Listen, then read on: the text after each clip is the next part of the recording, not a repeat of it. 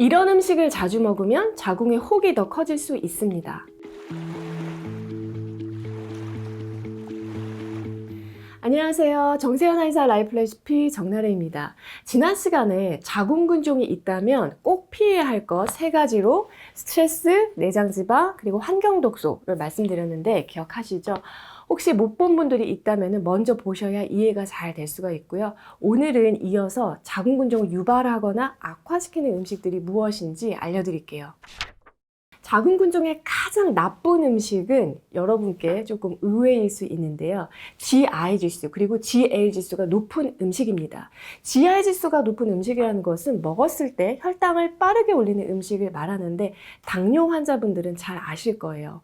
포도당 100g을 먹었을 때 혈당 상승 속도를 100으로 보고 각 음식을 100g을 먹었을 때 이 상승하는 속도를 비교한 값인데 GI 지수가 70 이상이면 높은 편에 속해요. 몇 가지만 알려드리면 흰 쌀밥의 GI 지수는 86이고요. 떡이 91, 콘플레이크가 92, 바게트빵이 95, 구운 감자가 85, 구운 고구마 82, 카스테라 79, 게토레이 같은 음료수가 78로 모두 GI 수치가 높은, 그러니까 혈당을 빠르게 올리는 음식들입니다. 그럼 GL 지수는 무엇이냐? 음식마다 1회 섭취량에 따른 당질 양이 다를 수가 있기 때문에 이 GI 지수를 좀 더 보완해서 수치화하는 것이고요. GL 지수는 20 이상이면 높은 편에 속하는데 GI 지수와 GL 지수가 모두 다 높은 음식들은 대부분 설탕이 들어가 있는 단 음식이나 음료수, 흰 쌀, 흰 밀가루로 만든 빵, 면, 떡 같은 정제 탄수화물입니다. 이런 음식들이 자궁근종하고는 무슨 상관이 있을까요? 바로 인슐린 때문인데요. GI 지수가 높은 음식을 계속 먹으면 췌장에 있는 인슐린, 그리고 주로 간에서는 인슐린 유사 성장 인자라는 그런 호르몬이 대량 분비되게 돼요. 이 2가지 호르몬의 혈중 농도가 높아지고 이것이 계속 지속이 되면은 자궁의 평활근이 반응을 해서 이상 증식을 하게 됩니다. 또한 고인슐린 혈증은 체지방도 쌓이게 하기 때문에 자궁근종이 있다면은 GI 지수가 낮은 음식들로 그런 음식들 위주로 식단을 짜는 것을 일단 기본으로 해주세요. 자궁근종에 절대 피해야 할 것이 또 있는데요. 바로 술이에요. 하루에 1잔 이상의 맥주를 마신 여성은 자궁근종에 걸릴 확률이 50% 증가하는 것으로 알려져 있습니다.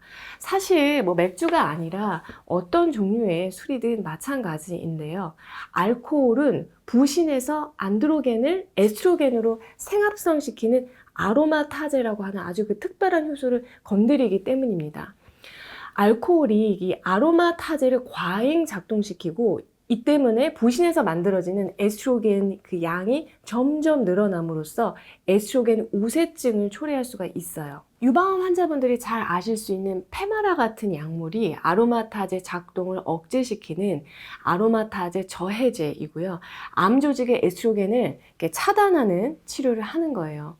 그러니까 유방암 치료제와 알코올은 서로 반대작용을 하는 것이죠. 물론 술은 경우에 따라서 정신적인 스트레스를 해소하는 데 도움을 주는 면도 있긴 하기 때문에 어쩌다 1잔 정도 마시는 것은 괜찮다고 생각을 합니다. 그러나 1잔이 2잔 되고 또 2잔이 3잔 되면서 술로 스트레스를 푸는 것이 습관화 되면은 에스트로겐 우세증을 초래하기 때문에 자궁근종 치료에 있어서는 습관적 음주는 반드시 주의하셔야 해요.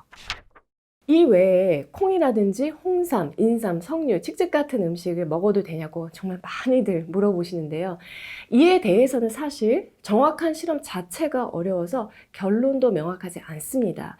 애초부터 콩을 먹는 그룹하고 안 먹는 그룹으로 나눠가지고 자궁근종이 생기는지 안 생기는지 이렇게 관찰하는 연구 방법이 현실적으로는 어렵기 때문에 대부분 설문지에 나의 평소 식습관을 이렇게 표기하게 해서 후향적으로 조사하는 연구가 많습니다. 그래서 정확도가 많이 떨어질 수가 있어요. 자, 그럼에도 지금까지 나온 연구 결과들을 종합해서 보았을 때 저는 이렇게 말씀드리고 싶은데요. 우선 자궁근종이 없는 건강한 분들은 어떻게 드셔도 괜찮습니다.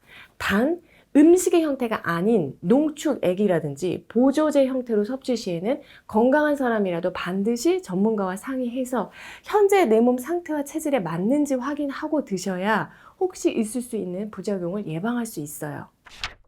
그 다음 자궁근종이 있는 사람의 경우에는 콩을 콩밥이나 두부, 된장국, 청국장 등의 식사의 일부분으로서 드시는 것은 문제 없습니다. 석류도 과일로 적당히 드시는 것은 괜찮습니다.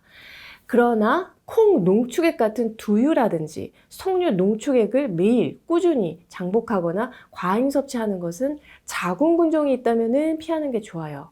왜 그러냐면 대부분 콩이나 석류에 식물성 에스트로겐이 들어있어서 콩을 먹으면 자궁의 혹이 더 커질 수 있다고 그냥 단순하게 생각하는 분들이 많은데 우리 몸이 그렇게 간단하지가 않고요. 우리 몸에는 두 가지 종류의 에스트로겐 수용체가 있습니다. 방문을 열기 위해서 에스트로겐이 열쇠라고 한다면 수용체는 열쇠 구멍이 있는 문이라고 생각하시면 돼요. 이 문이 두 가지 종류가 있다는 얘기인데 하나는 알파이고요. 다른 하나는 베타라고 하는데 에스트로겐이 알파 수용체의 문을 열면은 자궁, 난소, 유방 등의 조직에 이 증식을 활성화시키고 에스트로겐이 베타 수용체의 문을 열면은 증식을 억제하는 작용을 하게 됩니다. 콩 속에는 제니스틴이라는 식물성 에스트로겐이 있는데 아까 말씀드린 알파, 베타 수용체 중에서 베타 수용체의 문을 여는 작용을 합니다. 따라서 유방암 환자들의 경우라면은 콩을 열심히 섭취했을 때 유방암 세포의 증식을 억제하는 효과를 기대해 볼 수가 있어요. 그래서 두유도 괜찮고요. 실제로 콩의 유방암 억제 효과를 보고하는 그런 연구 결과들이 많이 있습니다. 자, 그런데 같은 콩이라도 작은 근종이 있다면 주의할 필요가 있어요. 왜냐하면 아까 말씀드린 베타 수용체의 문이 열리면 일부 조직의 그 증식은 억제하지만 콕스2라고 하는 염증 매개 물질의 그 발현을 증가시켜서 자궁에 염증 물질을 많이 쌓이게 할 수가 있습니다. 이런 염증 물질이 자궁의 혹을 더 자극할 수가 있기 때문에 자궁 근종이 있다면 주의가 필요해요. 인삼과 홍삼은 진세노사이드라고 하는 성분이 에스트로겐 유사 작용을 하게 되는데 알파와 베타 이 수용체의 문을 둘 다 열어요. 그러면서도 주로 알파 수용체의 문을 더 활짝 열기 때문에 자궁근종이나 유방암 환자의 경우에는 모두 기본적으로 장기 복용은 피하시는 것이 좋습니다. 그러나 인삼과 홍삼은 에스트로겐에 대한 이 작용 외에도 뭐 면역력 증강이라든지 기력 회복 같은 또 다른 면으로 양리 작용이 탁월하기 때문에 필요한 기간 동안만 한정지어서 명확한 목적을 가지고 전문가의 지도하에 섭취한다면 건강에 도움이 될 수도 있어요. 그러나 그냥 뭐 몸에 좋다고 해서 혹은 선물로 받아서 임의로 드시는 것은 금물입니다. 그리고 칡 속에도 다이드진, 푸에라린과 같은 식물성 에스트로겐이 들어있는데 칡은 콩에 비해서 에스트로겐 그 총량 자체가 300배나 많아요. 특히 칡 뿌리에 가장 많이 함유되어 있는데요. 보통 칡 뿌리는 우리가 반찬이 아니라 농축된 즙의 형태로 많이들 드시잖아요. 그래서 칡 역시 자궁근종이 있다면 피하는 것이 좋습니다. 여러분 오늘 내용이 좀 많이 어려웠죠? 하여튼 제가 최대한 이해하시기 좀 편하도록 비유를 들어서 설명을 했는데 어땠는지 모르겠어요.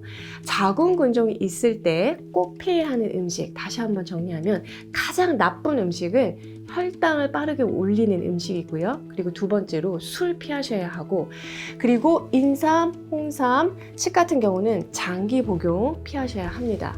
콩과 석류 같은 경우는 음식의 일부분, 그러니까 식사의 일부분이나 과일 같은 형태로 적당량 드시는 것은 괜찮지만 농축된 즙이나 두유를 매일매일 꾸준히 마신다거나 아니면은 건강 보조제 형태로 드시는 것은 피하셔야 해요. 올해도 정나래와 함께 자궁 건강 잘 챙기셨으면 하고요. 저는 또 다음에 좋은 내용으로 찾아뵐게요.